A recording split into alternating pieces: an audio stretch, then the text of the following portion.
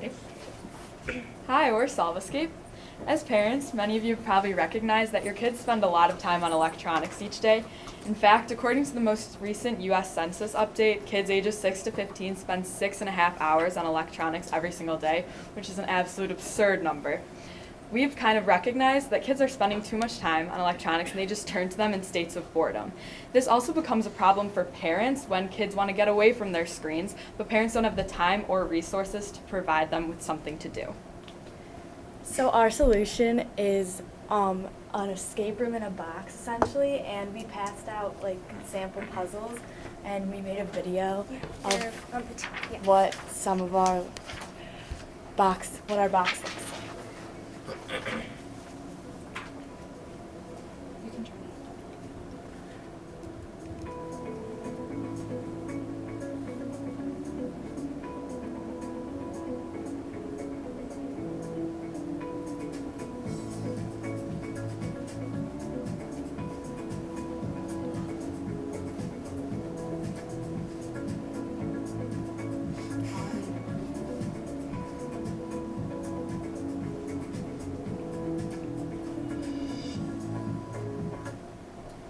So that's our box that we made, and then just click on that. So our team, I'm Hannah, I'm a sophomore, and I'm the COO. I'm Alice. I'm a senior, and I'm the CTO. I'm sorry. I'm Jessica. I'm also a senior. I'm the CMO. I'm Kevin. I'm a senior and I'm the CFO. So our competitors are solvEscape, which is an escape room in Arlington Heights, and their cost is about $180 per experience. So that's for 5 people about, and that's a pretty expensive number, and it's an escape room that's in Arlington Heights, so you have to drive there. And then Kiwi creates another one, and it's $19.95 monthly, so you get 1 box per month, and it's all different things. So it could be art projects, it could be anything STEM, and it's a subscription box. And then KSL is $140 monthly, and it's 2 times a week, a class where you go, and it's STEM based, and yeah. And then our UVP is that we have unique puzzles because we created them ourselves, so you can't get them anywhere else. You get critical thinking skills and social skills by doing the box. And you can do the box individually, so a kid can do it by themselves, or they could do it with friends, or you could do it with your family. So there's many ways you can do the box. And then there's different levels, so once you complete the first level, which is the easiest level, you'll get a new box, which is the next level. And then also, we're planning to go to a subscription model, so then once you finish the first level, the next level will come to you right after. So then we actually have 2 customer segments. One is the user and the other one's the buyer. So our user, they're going to be the kids ages between 6 and 12, which are the ones that spend too much time on electronics and need entertainment. But then the ones that are going to pay for it are the parents who want their kids off of electronics and who are sometimes too busy and don't find ways to entertain their kids. Then this is just showing how both kids and parents agree that during their free time, kids tend to spend a lot of time on their electronics. So that's what we're trying to stray away with our product. And then this is just some feedback we got from kids. So they like the puzzles and they want like other ones, other levels, and then they also said that they can find this in like electronics, video games. They can find things like this because it's hands-on and it involves critical thinking, so they really enjoy it. And then here's our market size. So for our TAM, what we did is kids ages 6 to 12 all around the US. And this is what we could get from it. But then the more realistic number is our SAM, which are kids in the Midwest, ages between 6 and 12. And it's also parents with an income more than $70,000, like a household income, because we think that that would be appropriate for our box, which we haven't talked about yet, but we're going to be selling at $30. So we think that that's a good amount. And then as you can see, it's a lot lower, but it's still a good amount if we can reach that. And then this is our channel map. There are 2 ways that we think we could get to our customers. So the first way, this is more appropriate for us, like as we're a startup. So we plan on going to events such as the Northbrook Public Library, and there we can make the kids solve our box, and then we can probably sell them, and then we get to the customers, and then eventually we already have a website, and we plan on selling on the website, and then that's how we plan on getting to the customers. And at first we're just going to be delivering the boxes ourselves, but we plan on shipping them in the future. So for our MVP, as Alice kind of mentioned, we're going to be hosting events at the Northbrook Public Library and the YMCA, which kids can solve, and here's kind of a demo of what the box would look like. So at these events, it's going to be more interactive, so the kids are going to bring up the envelopes once they solve a puzzle to get the next one. And our goal from this is to sell 20 boxes, which we're going to have for sale, so it'll be kind of the next level after they complete the first one. And like we said, we're going to be delivering them ourselves to cut down on shipping costs.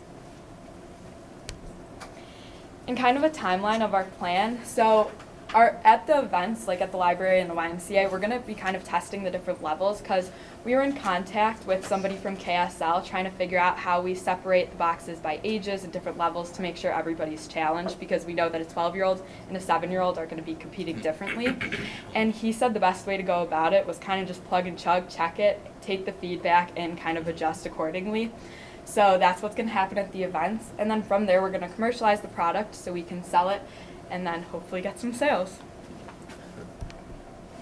So our pricing. So based off what our competitors are selling at, we decided that $30 is a valid price that we could sell this at. We also try to compare it to like your average cost of a board game too that you'd pick up at a retailer. So we priced our box at $30. And here's our budget. So essentially, as of right now, we have envelopes, but we're trying to further that into using boxes and locks. Therefore, when you solve a puzzle, you unlock a code in which you go to the next box. As of right now, a cost per box is $13.57, in which we resell it at $30. And then we have other expenses, including AdWords for now. And then for funding, we're asking for $321, and that'd be enough for us to start 20 full boxes, meaning that we can go into these events and at a larger scale. And then essentially, like Alice stated before, we could take pre-orders from like the YMCA or the library. And essentially what that $321 does for us is that we get these 20 full games, and then if we sell these 20 boxes, we'll have enough money to finance our next inventory and continue our business, and then potentially further it into a subscription model type of basis. Thank you. Thank you. Great job.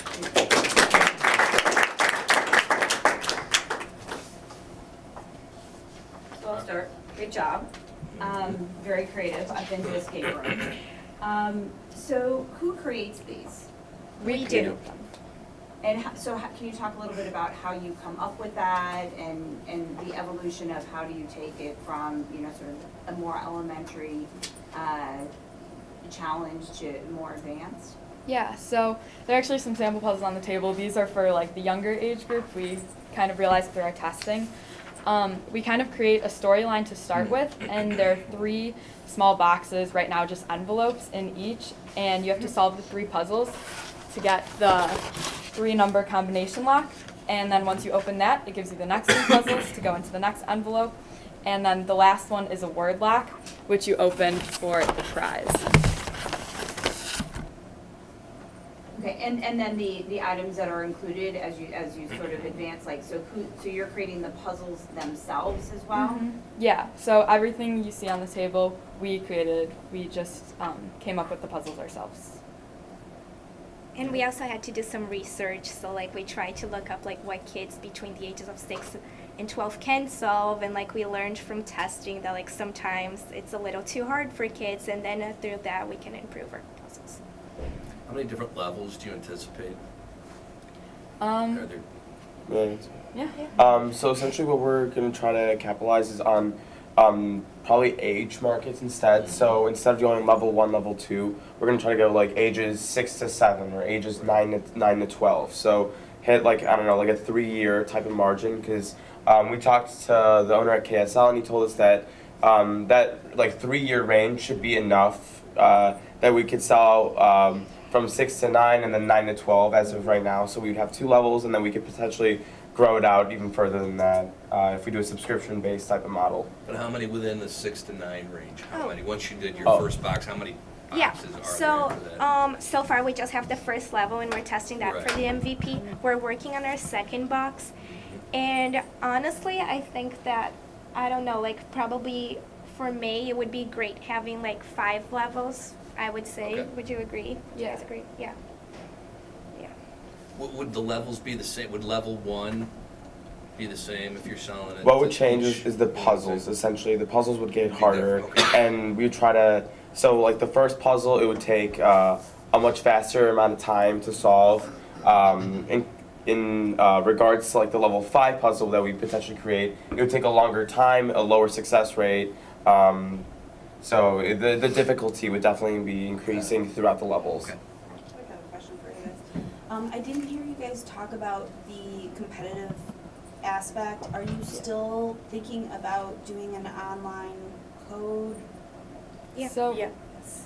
on our website, in the final box, there's going to be a prize. Right now, we just have those squishy things, because kids really seem to like those. But there's also a code that they can enter onto the website. So right now, we're kind of working out how that could fit into like a competition of like, if we're keeping it local, kind of that code would enter into like a raffle and somebody could win a bigger prize, but also how that could play into our subscription model. So once they enter the code and we know that they solved the first box, get it sent out the second box immediately. So it's kind of like mindless and you're just getting it in the mail and your kids like automatically have something to go play with. And if I may add to that, we were also thinking about potentially partnering with one of the local escape rooms over here, and in the final box, once you complete it, you may get like a discount to go into an actual escape room. So like 25% off your next escape room. That way we could partner with like some local escape room thing around here in Northbrook or the area around here. Is it customizable? The box itself, Well, the things that are inside the box, have you thought about whether? the prize. Are you asking about the prize component? No. No, I think I understand. So like, are you asking about like the puzzles and like, so yes, we do it ourselves. So like, yes, they are. And something that we plan on doing is also having different like themes in the future. So like, for example, like this is about baking, but we want to have like one about sport teams and like things like that. If that's what you're asking, I'm sorry. Yeah. Exactly, yeah. Yeah. I think it's a great idea. I think it's unique. I would, I would have you guys think a little bit more about trying to, you're trying to separate yourself from an online experience, but from a realistic standpoint, you're kind of, you're going against a tornado, right? So, and I think that is from a subscription standpoint, you should look at thinking about how you can incorporate a little bit more of that experience. Mhm. But it's a great idea. Yeah. Thank you. So I like it, I like it too. Last question. Oh, sorry. That's okay. I can do that. Are you sure? Okay. Let's see if we have more time at the end. Okay. Great Thank job, you. guys. Thank you.